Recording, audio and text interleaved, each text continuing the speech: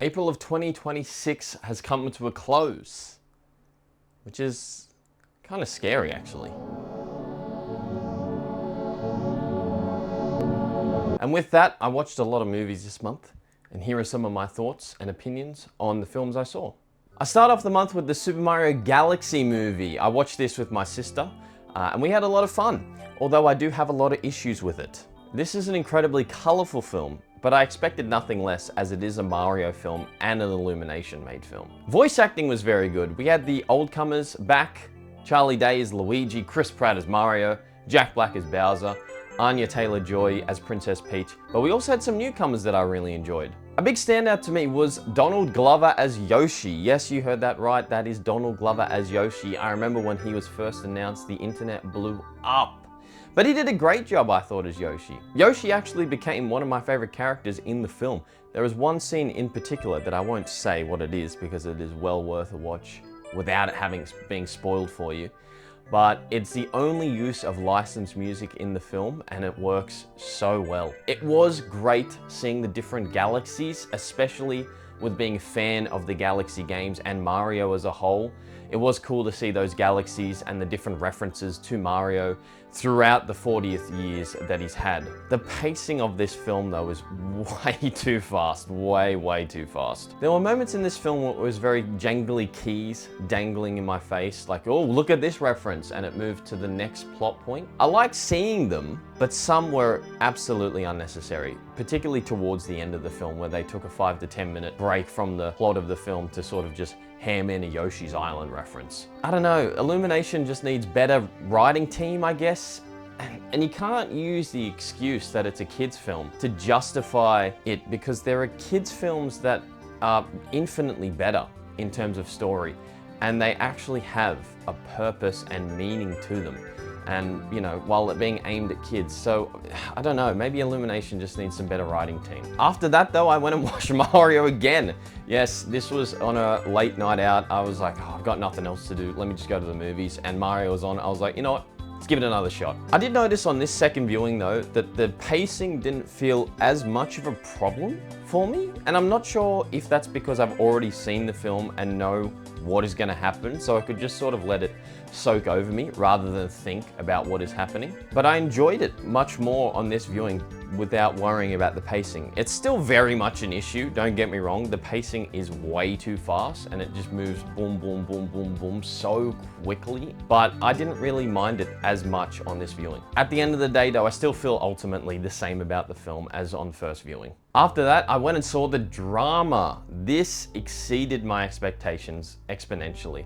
I went and saw this with my partner. We were both incredibly excited for this film, and it definitely delivered for us. I'm a big Robert Pattinson film. I love The Batman, I love The Lighthouse, I love him in Tenet, even though I wouldn't say I'm very hot on the Tenet in comparison to other people, but I just really enjoy watching him as an artist in his performances. He really embodies the characters he is playing to a T. I really do enjoy watching him as a performer.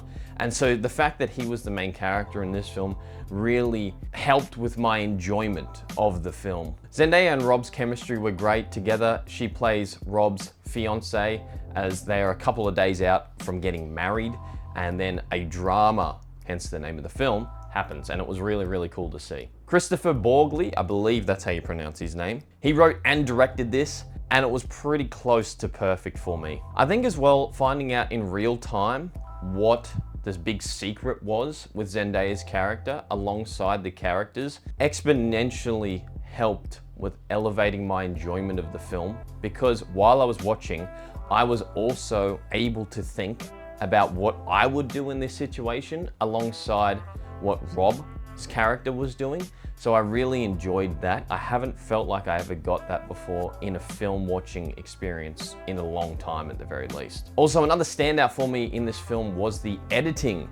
I thought the fast-paced and in-your-face quick cuts to other scenes, bam, bam, bam. That was just very much suited for this type of film, and I really enjoyed this film. After that, I went and saw Mario again. Yes, I know, but this time I did see it with my partner, and I did see it with some younger family friends. And it was just fun to watch it with them who hadn't seen it before and see their enjoyment of the film. I also got to notice a lot more references this time as well that I hadn't seen on first and second viewing.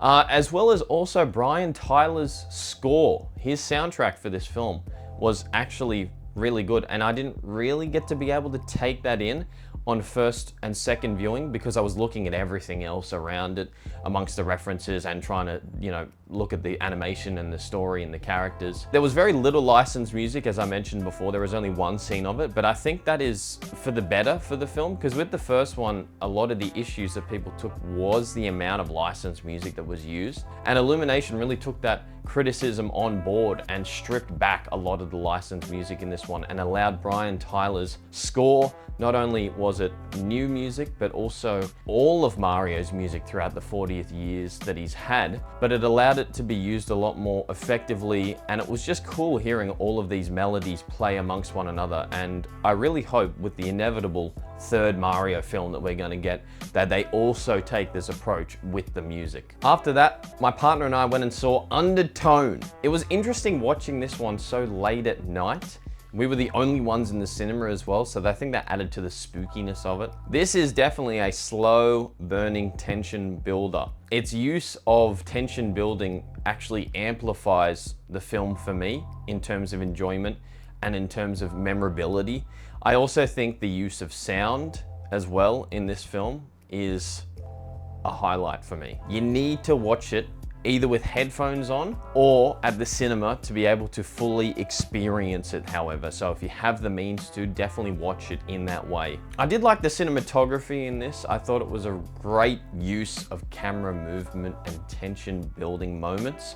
For instance, there's a scene that I remember very well where the main character is on the right-hand side of the screen making her podcast, and the camera would move over from her being in the center to her being on the right-hand side, and on the left-hand side, it was a dark hallway, and you weren't sure if what she was listening to for the podcast was the sounds that were happening, or if the sounds that were being made at that point in time in the film was something in the house, and I thought that was really, really cool. Nina Kiri, I've never seen her perform in anything else, but I thought she did a fantastic job, especially considering it's really only just her acting to someone talking on the phone, and I thought that she did a fantastic job of working with what she had in terms of the material. After that one, my partner and I went and saw Exit 8. This is probably the best video game adaptation I've ever seen. I knew very little about this film. I'd heard of Exit 8. I knew it was a video game, but I believe the video game can be finished in 15 minutes if you're good enough at it. So the fact that the filmmakers made an hour-and-a-half long feature film and made it entertaining and engaging and actually memorable for me was a feat, and I commend them on that. A big standout for me in this film were the Wanners. Oh my God, they were so well thought out. They were incredibly genius with how they did it, and the way that they showed this endless loop of this Japanese metro subway of this character being stuck in it and going around and trying to find the anomalies were just outstanding, and I absolutely enjoyed and loved seeing it, and that is a big highlight for this film. I really enjoyed seeing multiple perspectives of people that were stuck in this liminal space and how others are dealing with it during the events of the film. I thought it was really, really cool. If you're a fan of the back rooms or horror like that, you'd probably really love this film if you haven't already seen it. After that, I watched Toy Story 1. What do I need to say? It's Toy Story. It is great. I watch this film at least once a year, and it never ever gets old for me. This is pretty much a childhood film of mine. I'm pretty sure as a kid I watched it at least once a day, and I almost wore the tape out to the point where my parents had to implement a only watch once a day rule. So this is definitely a childhood film of mine, and I may have rose tinted glasses while watching it, but I did really enjoy still watching this. I did notice this time that the animation for Pixar's first feature film was actually pretty good. You know, obviously Pixar is some of the best animators in the industry right now, but for their first film in 1995, like first feature-length film that wasn't a short or anything like that, it was actually really good. Seeing Scud, which is Sid's dog if you remember from Toy Story 1, is so funny though, especially because they have Andy's dog in Toy Story 2, and Andy's dog looks infinitely better than Scud does. But for their first film, it's still pretty good, I would say. It's always a pleasure watching this film, and this film still holds up to today's standards, in my opinion. After that, I watched the new Hulu film, Pizza Movie. I had no idea what this was going into it, but to say that I didn't enjoy it would be a lie, because I really did love this film. There were a lot of moments where I laughed out loud. I feel like going into this film without knowing the premise of it makes it incredibly better, but just know that this is a stoner comedy film, and it definitely delivers on that promise. This film knows exactly what it wants to be, and it doesn't stray from it at all, and I commend it on that. It was nice to see Gaten Matarazzo outside of the Stranger Things world. I thought he did a fantastic job in this film. This script is very, very funny as well, and Gaten Matarazzo was a perfect choice for it. This is a great stoner comedy film. If you want to watch it and you want to spend, under 2 hours having a good time, definitely watch Pizza Movie. I would really love to see more from this team behind this film in the future as well. After that, I watched A Bug's Life. It has been a couple of years since I'd seen this one, and it's just as good as I remembered it. I remember really noticing that the animation quality has jumped significantly since Toy Story 1. This came out in 1998, so 3 years after Toy Story 1. But the water physics, especially in this one, were very, very good for what I know as Pixar's first time doing water. It was outstanding to see. A main highlight for me in the film was the villain Hopper. The use of oppression through fear is something that unfortunately still rings true today. So it's still very relevant, and I really enjoyed seeing that in a children's film from 1998. As a kid, I didn't pick up on those themes at all, but it was interesting to rewatch this film and see them as an adult and be like, whoa. It made me sort of think, how many other films did I watch as a kid that have similar themes or more adult themes that you just don't pick up on as a child, I should actually do a Pixar ranking in the future. I feel like that would be a very, very interesting video. And, I love Pixar. I've seen a majority of their films, but this would also force me to watch some of the films that I hadn't seen. A Bug's Life, in comparison to other films of theirs, I feel like doesn't hit quite the highs of stuff like Toy Story 1, 2, or 3, The Incredibles, Monsters, Inc., Finding Nemo, but it's definitely a lot better than some of their more modern films. I do feel like A Bug's Life is slightly underrated. I don't feel like I hear many people talk about it like I do as with the mentioned films before, but I really hope that more people come around to this film and realize that it actually is a pretty good film. After that, I watched the famous Toy Story 2. Man, this film is one of the rare cases where the sequel is actually better than the first one. This film is easily one of Pixar's best. I haven't seen this one in years either, and I still feel like it holds up for me personally. The opening 10 minutes with Buzz Lightyear is always so good. It's so awesome and hype what Pixar did with that fake opening of Buzz, and you're like, whoa, it's Buzz Lightyear in space doing his thing, but it turns out it's just Rex playing the Buzz Lightyear video game. I thought that was really, really cool still. The new characters of Jessie, Bullseye, Stinky Pete, well, maybe not Stinky Pete, but also Barbie, I thought were really, really good. I remember them very, very fondly as a kid, and I still think that of them today. They are series staples now, really, whereas when I think about newer Toy Story characters, I don't really remember them nearly as much as these characters that I just mentioned. I thought the soundtrack for this one was even better than the first one. Shout out Randy Newman, he knows how to make good, memorable music. After that, I went and saw The Magic Faraway Tree. This was a special viewing for me because I went and saw this with my parents and my partner, and my mum used to read my sister and I when we were younger the Magic Faraway books by Enid Blyton, so it was really, really special to experience the film with her as an adult. Simon Farnaby, I'm sure you all recognize him, famously known for writing Paddington 2, one of the greatest films not only of this decade or the last decade, but of all time in my opinion. Wrote the screenplay for this one, and he brings out his usual charm and humor to the dialogue with this one. I thought the kids in this one did a great job. There was never any moments where I was taken out of their acting, and they just felt exactly like their characters for me. I thought Andrew Garfield and Nicola Coughlan especially were standouts. I really enjoyed Nicola's performance as Silky the fairy, and Andrew's performance as the children's father, who was hoping to make the kids be able to get off their devices, unplug from the mainstream world, and go back to being able to just enjoy being kids again. I really, really liked that story. I thought this film was a fantastic adaptation of Enid Blyton's Magic Faraway Tree books, and I really enjoyed seeing the story unfold. There was a bunch of kids in the cinema with this one, as we were expecting, but it was just nice seeing them react to the funny moments and be able to enjoy, and you could hear them talking to their parents or grandparents that were there with them, saying, oh my God, look at that. You know, it just was really nice to see. Funnily enough though, there were a lot more adult jokes in this than I was expecting, that my mum especially found quite funny. There was a very emotional scene at the end that I did get a bit teary-eyed at, and I did, you know, that's a testament to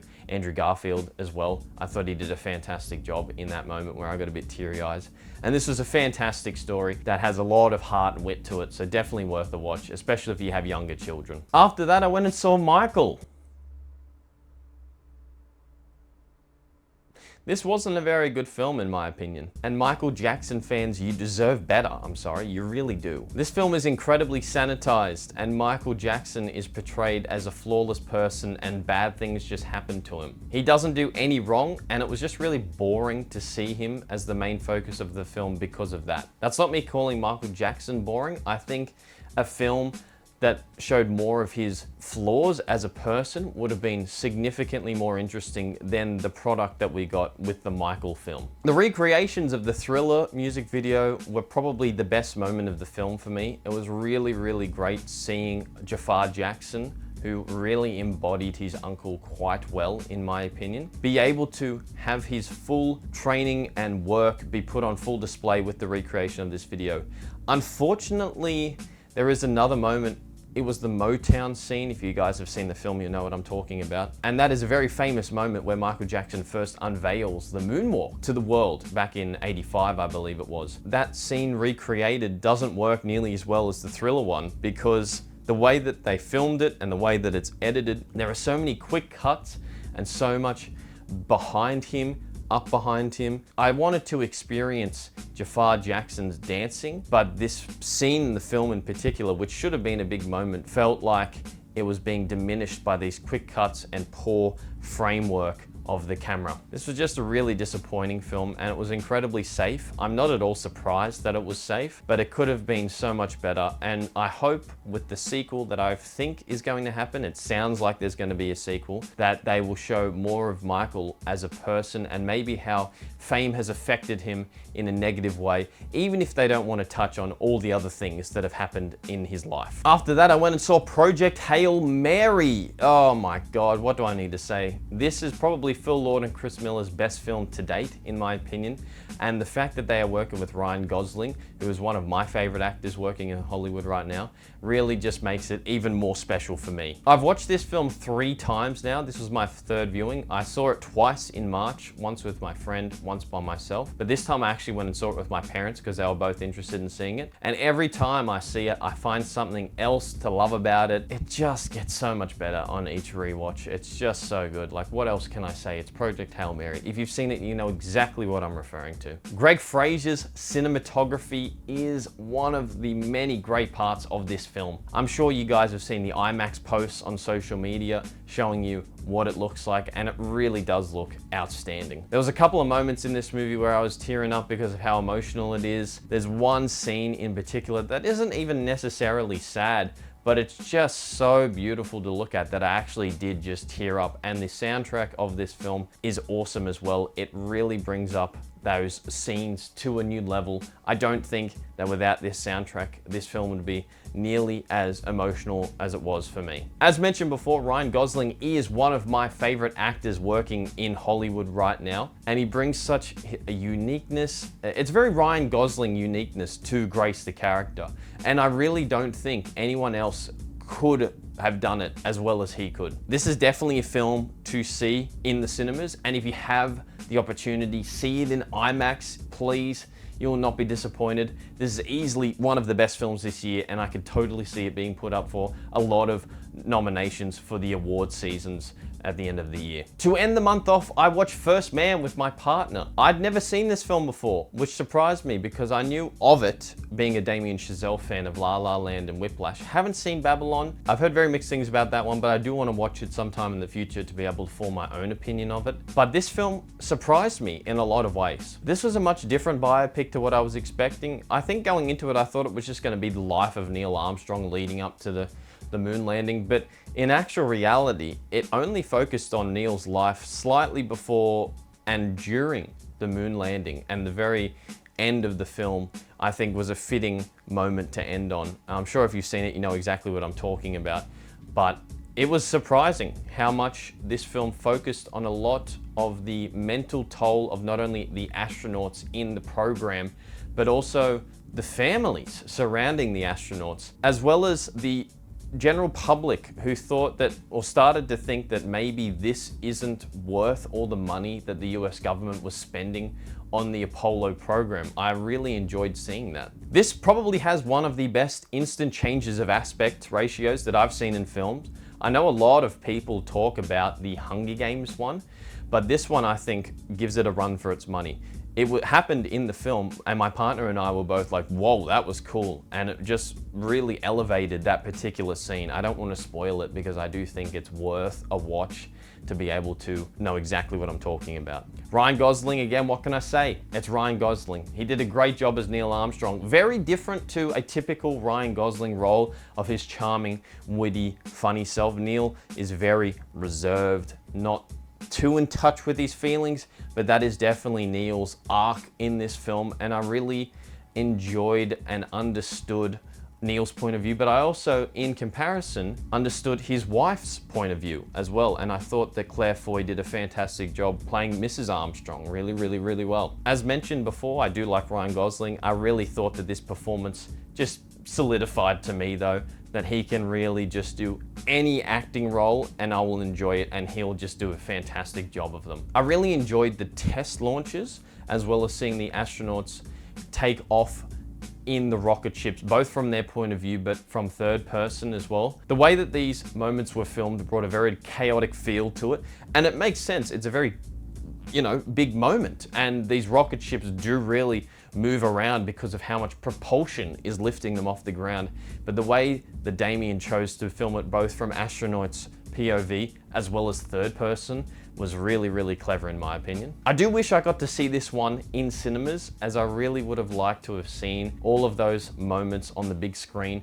If they ever re-release in cinemas, I will watch it, but they probably won't, and this is definitely one to watch at home if you have the means to. That's everything I watched for April 2026. This was a big month for movies, and I really did enjoy my time watching them. Some definitely more than others though. I also just wanted to thank you guys for still being here after almost 2 months of no uploads. I really do appreciate the support that you've given me as well, so thank you. I wanted to sort of do this in a more unscripted way and see how that worked out, of sort of my monthly thoughts and opinions on the films I've just seen. Do not worry though, the regular reviews of particular films will still come, maybe just not as frequently as what they were, because I do want to put them in the end of monthly reviews. But I also have a couple of other ideas for videos in the future as well, so get excited for that. Thank you very much for the support as always. Have a great rest of your day, and I will see you in the next one, guys.